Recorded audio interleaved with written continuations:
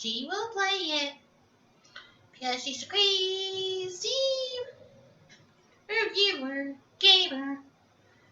Hopefully this song is shorter for you guys because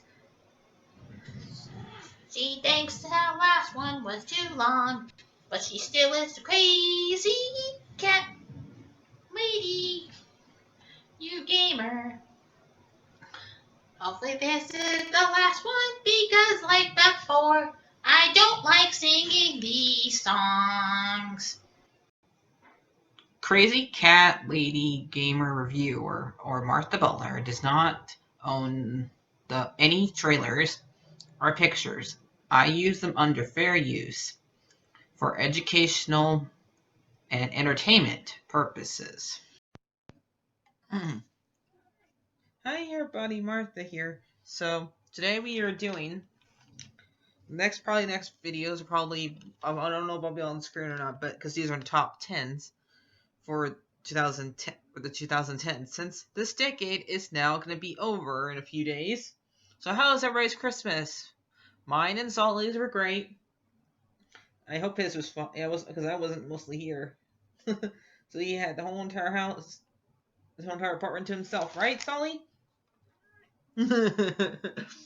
So let's start with the top 10 countdown of TV of 2010. So this will include at least one animated TV show because that I had to include it because I love it so much. So let's get started. Number 10 is Legends of Tomorrow because Legends of Tomorrow only has like two good seasons. Because the last two seasons, I think they went a little bit too far with the comedian part of being a superhero. So, and not tried to focus on trying to involve the characters. So, the first two seasons did a great job making us where we love all the characters, but during the third and fourth season, you just all they care about is making jokes. Really. So that's why that one's number 10. And number 9 is the the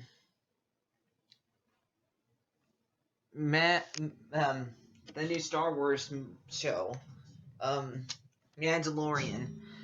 Because it's at number 9 because it's still learning its footing, and we are still learning about how the show will work, and I don't really want to put a show that's still evolving into who it is higher until we get to at least season 2. Because usually during season 1, the show is just learning how to gain its footing and showing what not to do and what to do. And using around the season 2, it knows how to do what to do. So since this one only has one season right now, that's why it's at number 9. And The Crown, well, I had to have one show that has to do with history on here. And this is the only one I really watch. And yep, I have learned a lot from The Crown. And some I haven't, because sometimes I hear them saying they're just like us, like, you're not. Those guys are never gonna be like us as long as they live in a big castle and being served upon. Okay? Because most of us are not in that situation. So yeah. So there's that. And number 7 is Supergirl. And this one's here because, as you know, I'm not that big fan of overpowered characters, but she's okay for that, for somebody who's too overpowered. But do you ask me, she he's a little bit too protective Clark sometimes. So, yep.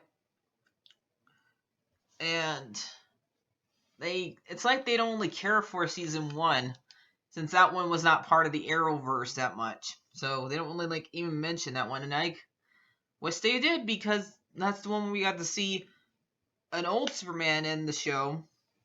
For people who don't know, the old Superman that they had in the show was the one from Ripley's, believe it or not, and Lois and Clark. So yeah, so it was so great seeing him again, and he was not, and they got rid of him they got rid of him after that. Like, I like seeing him. Why'd you do that?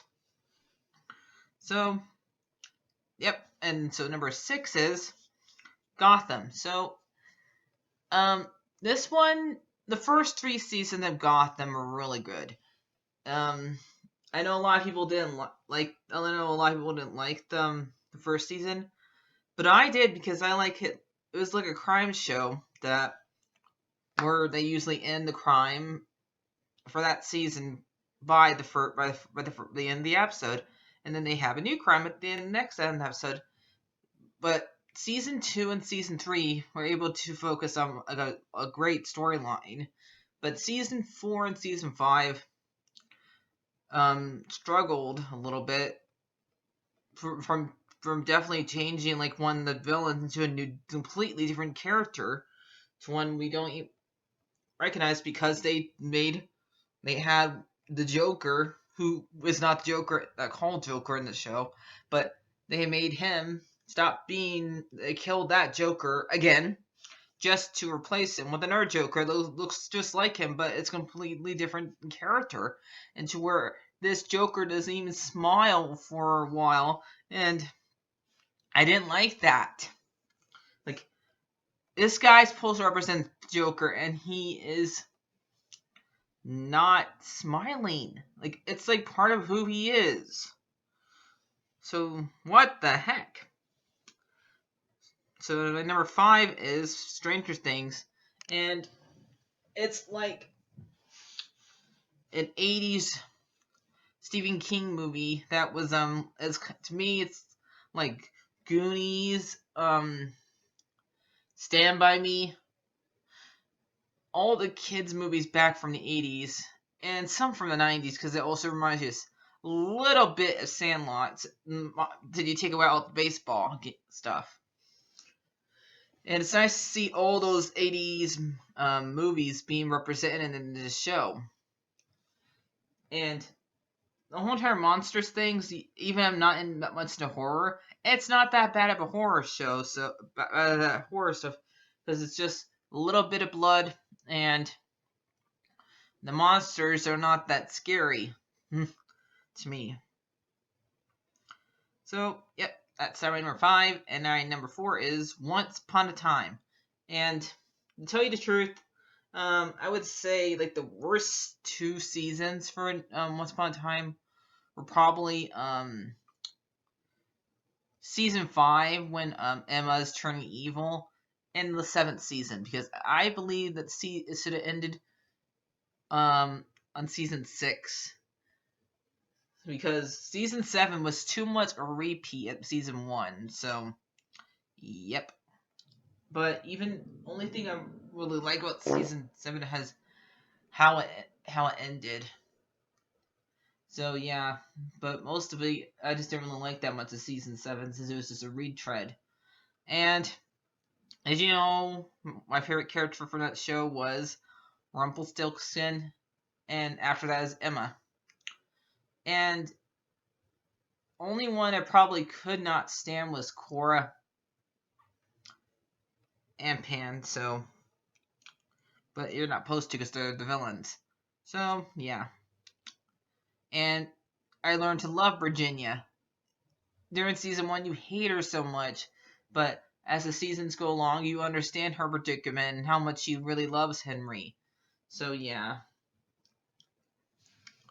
And Henry, he grew on me too. Even though he's a little bitty, even though he started out as a kid, but he grew up in the show, basically. And it was kind of weird seeing him being played by somebody else during season 7 because he had to age him up. So, but that new guy did okay. And yep, it was weird seeing him put him in Emma's shoes. And I didn't like the fact that Emma was not in last season. So, yeah. Not that much anyway. So, let's talk about my number 3. DuckTales, the only one that's an animated show. So, this is the 2017 version of it. And I don't know, I like it mainly for all the adult jokes they do in here. Because there's some adult jokes that kids would not understand, like making references to movies that only adults watch.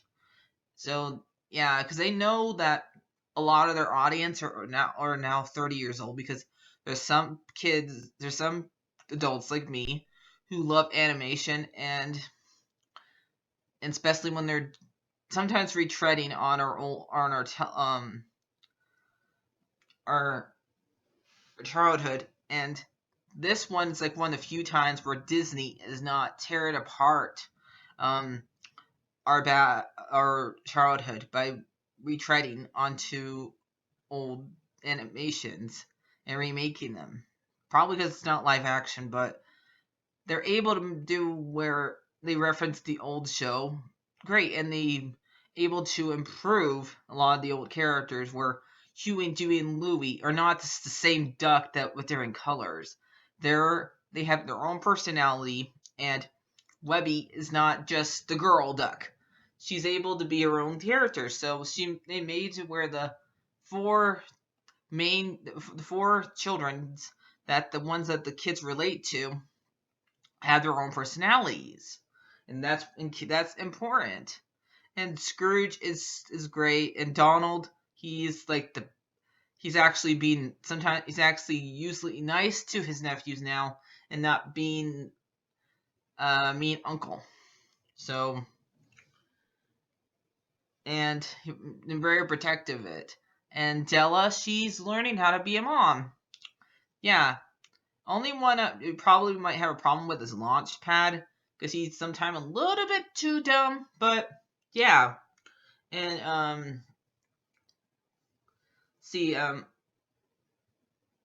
Miss his maid she's pretty good too. She's now a badass. So yeah. My number 2 is Arrow. So yep, this show has made to where we have 5 new shows that come from it. And one I didn't mention on here, but that one I'm still starting to figure out how is this show going to work too. But let's talk about Arrow. So only bad season is probably season season 4, mainly because I don't have anything wrong with their villain, but I think Damien needs to be in Legends only, because Oliver is not meant to have a magical villain.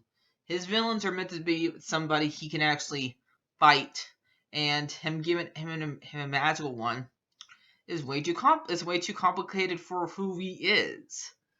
Keep his villains just some like him that don't have powers, so because he's actually able to fight them. So and a lot of the other ones they did before him were great. So yeah, even though a lot of them were just like him, but I know a few of them that were not like him, like Deathstroke and Ra's al Ghul. Those, like, even though those two were mainly Batman villains and Robin villains, it was okay for him to borrow them for a while. But if you ask me, Deathstroke was probably his best villain, since he was able to be the one that evolved into a good guy, even though Merlin kind of did that too, right before he died.